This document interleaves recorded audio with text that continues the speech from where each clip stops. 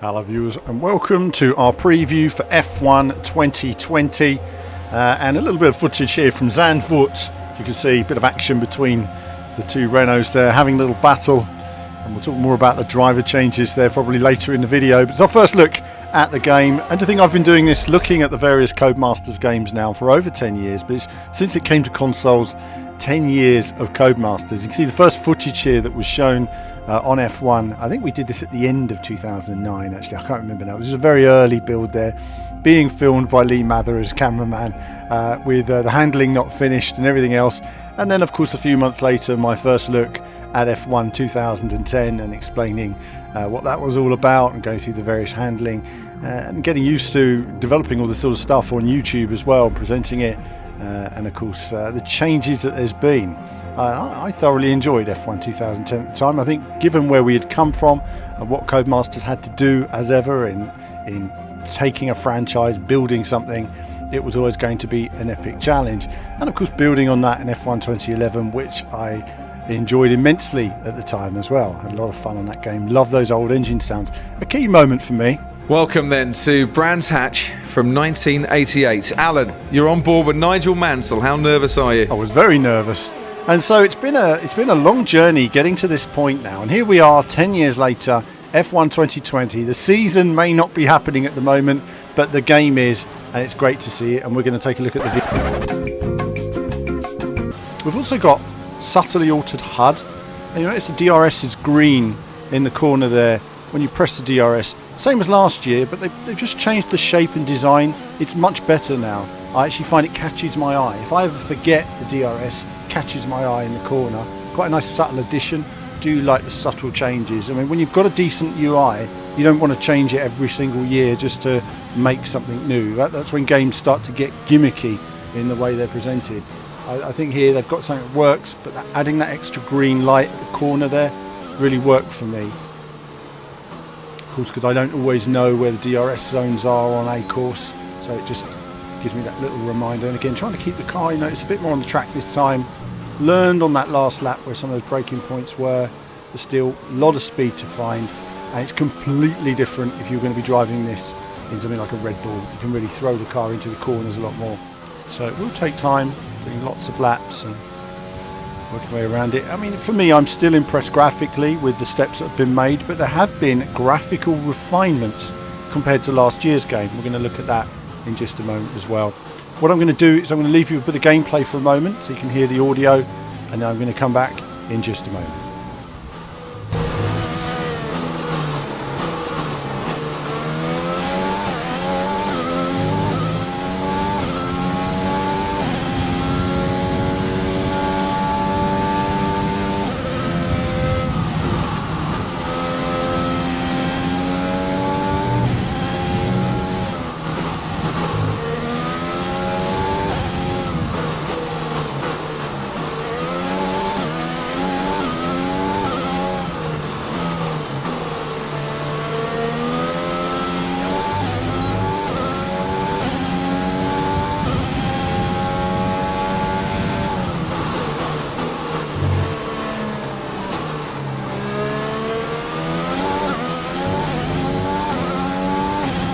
Good to enjoy those laps. Gave you guys a little bit of the actual audio, and I talk about graphical refinement. A lot of that's down to the work required to produce split screen racing, which you see here. Absolutely fantastic. I mean, to look at the quality of the graphics, the detail, the lighting, the wheels. I mean, this is the sort of stuff dreams were made of years ago. I mean, to think that you can actually do this now. I think also when you look at the progress made even on the PS4 era, you know, where we've come from, where we are now as we move into the next gen. Social distancing is in effect now, which is absolutely typical, so I didn't have anyone to play the game with, so I've got this footage from Codemasters just to show me some split screen in action. It was available on the demo build, but we weren't able to show you some aspects of it, so this is one of those things that it was helpful just to show you some of the different conditions and stuff like that. Look at how well it's running. I mean, this is probably running on a beast PC. I've no idea how to run actual consoles, but either way, pretty spectacular stuff, it has to be said. You know, really impressive to see where we've come from in the last 10 years. I mean, if you look back at that footage from, sort of late 2009, early 2010, and you look now at where we're at with the graphics and the detail, there's lots there. And we'll talk a bit about physics in a moment as well. So then another key aspect was, of course, the looking at Zandvoort. We've looked at Vietnam, we're looking at Netherlands now, and the home track. Now, I apologise, the engine sound is a bit quiet, so I'm going to have to keep talking during this one. But either way, I added a bit of the steering wheel in here just to show a bit of steering input. I haven't played an F1 game to put a lot of time to one for some time. Normally we have Tim on the channel who works a lot on the F1 stuff for me, and he will go into an in-depth review in the next few weeks when we get a final copy of the game, and he'll go through it in some detail. But I had a cruise around this course just to see how the different cars handled and get my head around it. I haven't played this course for years. In fact, I played this on iRacing years ago, enjoyed it immensely, and it's a course I like the flow of. Their apex is like this one, very tricky. It's sort of a later apex than you imagine. It's when you get it sweet, it's fantastic, but it's very easy to get it wrong and oversteer on entry.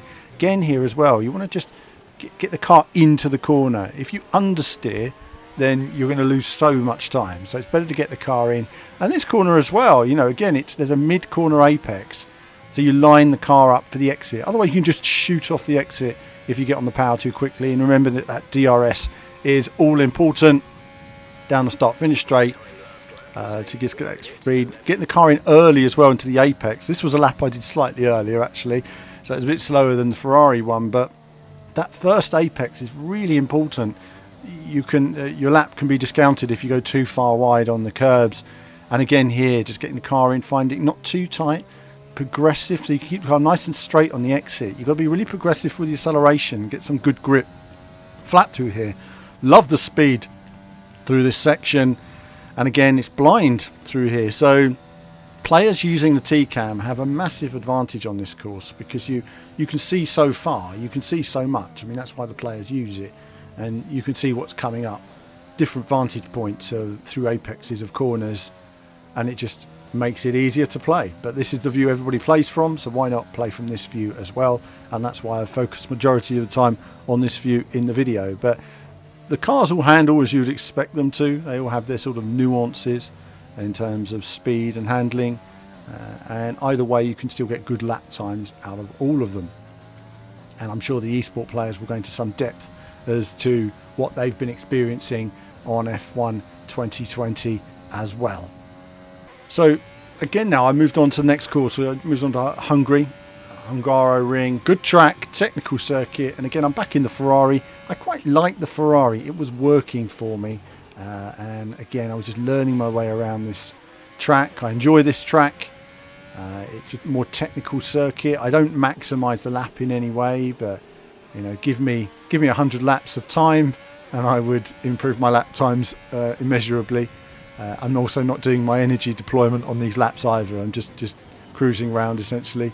For me, it was more about the handling and feel. What am I getting from the car? What am I feeling from it this year that's different to the previous year? And I'm going to talk about that in just a moment as well. So through that chicane, a great course, these corners, like a bit of oversteer there. Oh, that's a tricky corner, that one, because if you oversteer too much, you'll be off the track again. So you've got to be careful. And again, there's a lot of speed to find. Just throwing the car in, getting that mid-corner apex, braking early and expect downhill, then on the power, again gently on the power.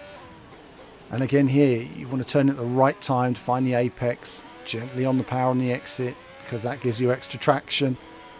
This corner felt slower, but again it opens up a lot on the exit. There was a lot more speed to find there. I wasn't on the limit at all on that lap, but it gave you a good idea.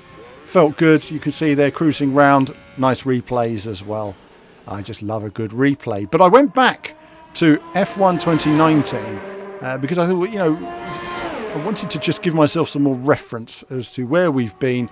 And, F1 2019 is a stunning looking game. Let's not muck around. They took big steps forward on everything here. And I really wanted to look at F1 2019 and see how did it play, how did it sound, how did it feel, and how have changes been made. So I went back to F1 2019. What do we think? Yeah, I felt I had a lack of feeling from the car. I think it's something which, if you go back to F1 2014, was an initial change. But if I start F1 2015, this gen, I felt that you'd turn into the corner and you'd need some opposite lock through the corner, that the car would slide, and it felt quick to do a bit of correction, corner correction all the time, seemed the quicker way to drive, which was never right to me, because for me it was about minimising resistance on the tyres, sliding the car, using the throttle to exit a corner, use a correction. It slows you down a bit, but it, you know, now and again, you're depending on the weight in the car and the bumps and everything else, but in reality you want to be as smooth as possible. So I just wanted to do this lap first, just looking at the two different games and just get an idea, and immediately the engine note suddenly comes in there. The engine note is a lot louder this year, and it gives me a lot more feedback. There's subtle changes to everything, but if anything, the game's a little bit more refined. It had probably more spot effects last year than this year. So you can see how to bring in the two-player split screen mode, they've refined the graphics, but they've not necessarily lost masses of detail. Artistically, it's a different approach, but I'm liking the more aggressive audio. We're going to listen to that in just a moment as well. So, when you look at them side by side, you can see the improvements in some respects. There's differences made. The angle's slightly different. You can't see the helmet this year that we could last year, so they've changed the camera viewpoint. Slightly different types of lighting. Details changed on the wheels, but it's not a bad thing. I can see what they've done. It's a compromise there. You want to show the tyres wearing, you'll see the tyres wearing nicely. Different lighting, different look, different feel to the game this year. And I wonder if it's down to the split screen mode. But one of the things I do want to point out is the audio. The audio makes a big difference on sort of slower corners. You feel the car accelerating. I'm going to stop talking now, and I'm going to give you a moment to listen to some of the audio note.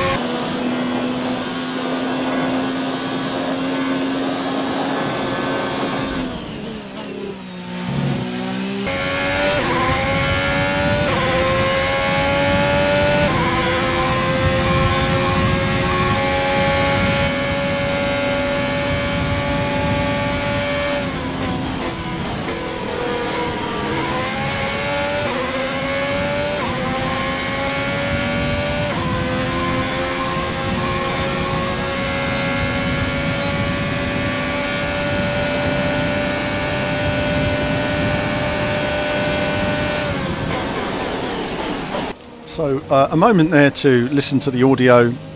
It's much more aggressive this year. It's louder, it's more aggressive, feels more like a Formula One car. Makes you wonder if this year's Formula One cars were going to sound better as well. We'll never know, but or maybe we will, who knows. But then we're on to Red Bull Ring. I like Austria, nice track. Wet weather there, very tricky. I haven't raced in wet weather, mind you. This is some footage we've been sent again, just of the race mode, just to show you some of the various different details, and very nice it is too. The game, as ever, looking very nice indeed. Formula One has never looked better. But again, it's time for a comparison between F1 2019 and F1 2020. I was just showing there the starting point is different when they give you control now. That's a good thing. They didn't give you enough time before, now you've got time to go through those last two corners and build yourself up. And there's differences to handling. So what are we going to talk about handling on this video, part of the video, I think? And that is to your braking, and there's a bit more understeer, I think, this year. You need to really sort of lift out the throttle, get the car balanced and into the corner. If you don't, the car will understeer. The throttle, even at low levels, a little bit of throttle can send you straight off, so you can be very careful feathering the throttle through the corner.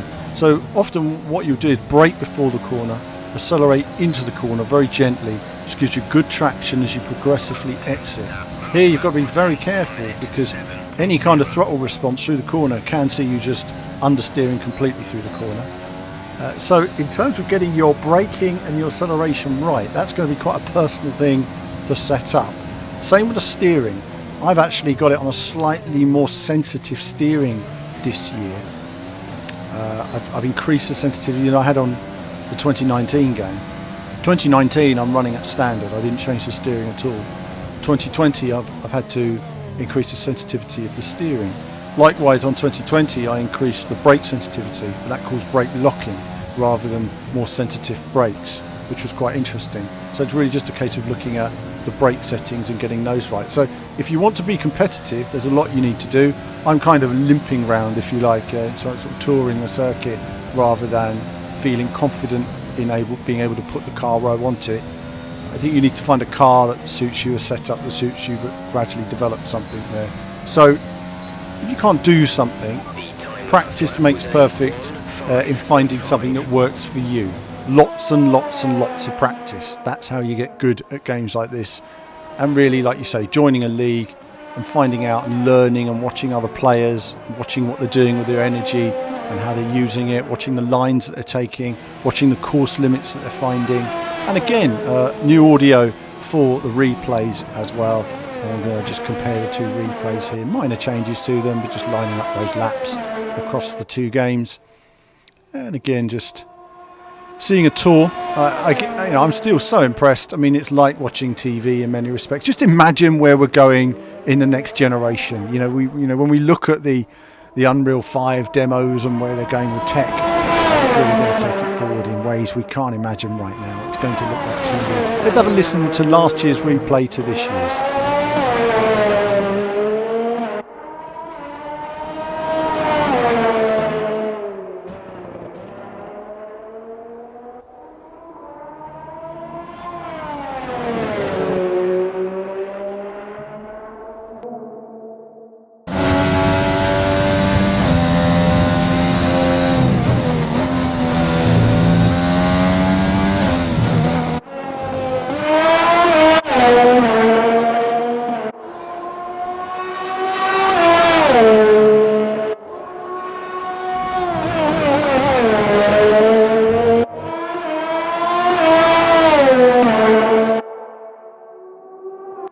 So a little comparison. I'll note actually that obviously 2020 is louder than the 2019. I've given the 2019 sound a 6 decibel boost in this video. It shows how much louder the 2020 is, and it's louder in every way. But it's much louder when you're accelerating, as I say, at slow corners, and that gives you a better sound for throttle response. So it's a good thing. I definitely felt more from it. I think they've made improvements with the feeling through the car, the feeling of feedback. Still a way to go, but it's always improvement every year. So there's definitely something there in terms of little things that they're working on all over the place. So that's some aspects to do with graphics, sound, bit of handling, and just a couple of the new tracks. Let's talk about some of the other features that are in the game. So there's some things we haven't been able to test yet. We haven't been able to test, I've had a quick go on the Formula 2 car, and it's been interesting, I think, just seeing the pace differential between the Formula 2 and the Formula 1 cars, and even the subtle pace differential between the Formula 1 cars as well. They all have their own identity, their own feel, their own vibe, and that feels very much like it's working well. The Formula 2 car adds, as you saw last year, great audio, but also longer braking zones. You really need to get used to those braking zones. It's very tricky jumping out of a good Formula 1 car and jumping straight into Formula 2, which is what I did in making the video, and then being able to hit those apexes. You need to brake early and judge. And as I say, the same with the Formula 1. Getting the settings right on your wheel and your wheel setup, finding a setting that works for you is going to be key to maximising your feel and enjoyment from driving these cars. So that's going to be interesting. I mean, the Information Codemasters here customise your 10-year career mode with a choice of Formula 2 Championship introduction options and season length options to allow for more exciting multiple season career. It's great. Anything that gives the game more longevity, keeps you coming back for more, is going to be good. Of course, we've mentioned the addition of split screen racing and a new accessible experience for people with steering assists and getting beginners into Formula 1. Formula 1 is not an easy game. It's hard. You have to know the courses. You have to know the braking points. You can't just pick it up and play it like you can some other racing games. It's good that they're doing this. It's good that Codemasters are really trying to help bring in a new audience. And of course you have all their drivers and teams in there as well, and well as a new circuit. One of the key things this year, of course, is the My Team mode, which obviously enables you to create your own Formula One team. This is a big deal. This is something that 10 years ago would have been impossible to imagine. Wow. Here we are. Games are actually understood by Formula One and by the automotive industry. This is something I'd been laughed out the room for discussing with people 10 years ago, and now it's actually in a game. That's going to add a lot potentially to longevity. It just depends on the detail, and when everybody starts playing it and we have a chance to play it, we can go through that in a bit more detail. And of course you're building your facilities and developing the team, and that's great. All of these improvements have been really welcome from Codemasters behind the scenes. I felt when they introduced Formula 2 last year, it was a token gesture rather than what we really wanted, and now we've got a bit more there as well. So the casual race options, and you've got shorter season length options as well for 10, 16 or the 24, 22 race options.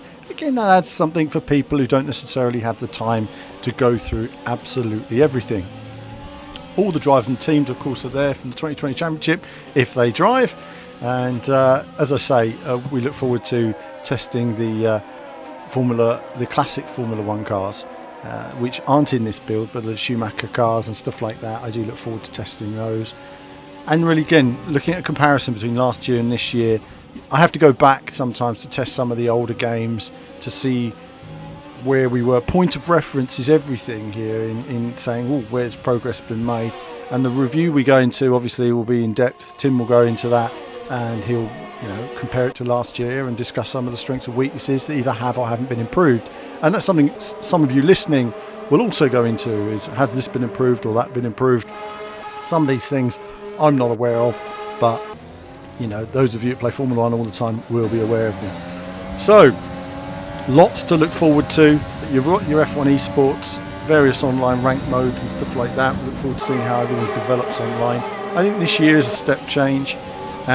We look forward to seeing where Formula One goes. F1 is in a turbulent time right now, and we're going to have to see what happens with the 2020 season at all. But this may be as close as many of us will get, and we'll check out the final game. Still some time yet till the finished game is made. So remember, everything you've seen in this video is an early version. And of course, I say that today we've got a bit of Ferrari going around the track here, and of course Carlos Sainz has been signed with Ferrari, and Daniel Ricciardo will be going to McLaren in 2021. Very exciting for next year. And of course then the new regs now delayed to 2022. Very exciting year after that as well. It's going to be interesting to see how F1 really comes together over the next few years, how Carlos settles into Ferrari, if he's the number 2 driver. I mean, one would have to say, Charles Leclerc is going to be the de facto number 1 there, and it'll be interesting to see how that's going to work out between those two.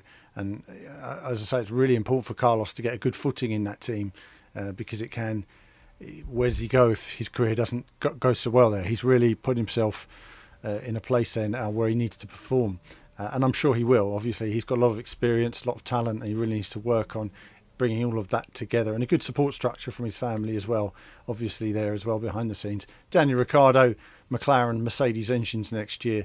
There's a lot of potential for that team. If they can keep developing the car with a more reliable, more powerful engine, I think McLaren can get a little bit more in the mix as well. It'll be interesting to see how they develop next year, but also in 2021. Very exciting future there, very exciting possibilities, and of course with the cost cap as well coming in, that's going to change things. So exciting times for Formula One in the silly season. Haven't even had any racing. Question is, what's going to happen at Mercedes? What's going to happen with Bottas? And is George going to get his opportunity, which we all want him to have, because really he should be there, but that all depends on if Lewis allows that to happen. We'll have to wait and see. But either way, F1, you know what F1 is, you know what it's all about. There's lots of changes. The My Team mode, I think that's going to be interesting. I look forward to trying that out. More classic cars, more content, split screen multiplayer, and then hopefully some various other fixes and improvements as well. Nothing to worry about there. I look forward to receiving the final game, giving it a test and testing out the console versions as well. And then we'll have more coverage to come on that and a review. But that's it from me for now. Give me your comments Let me know what you think of what you've seen in the video today, what you'd like to see in the final game, perhaps some issues that you're concerned about in F1 2019, and the developers can see that as well. So positive comments, let's get some feedback, and let's find out what needs to be improved and what you're most looking forward to in the game. But that's it for me for now. As ever, more soon. Hello viewers, well thanks for watching the video today. Do like and subscribe, it supports what we do. Do become a YouTube member. YouTube Patreon supports all of our content you see on the channel, and of course lots of gaming from retro to modern games. I love it all in terms of racing action. So click on one of the two videos just there to find out more.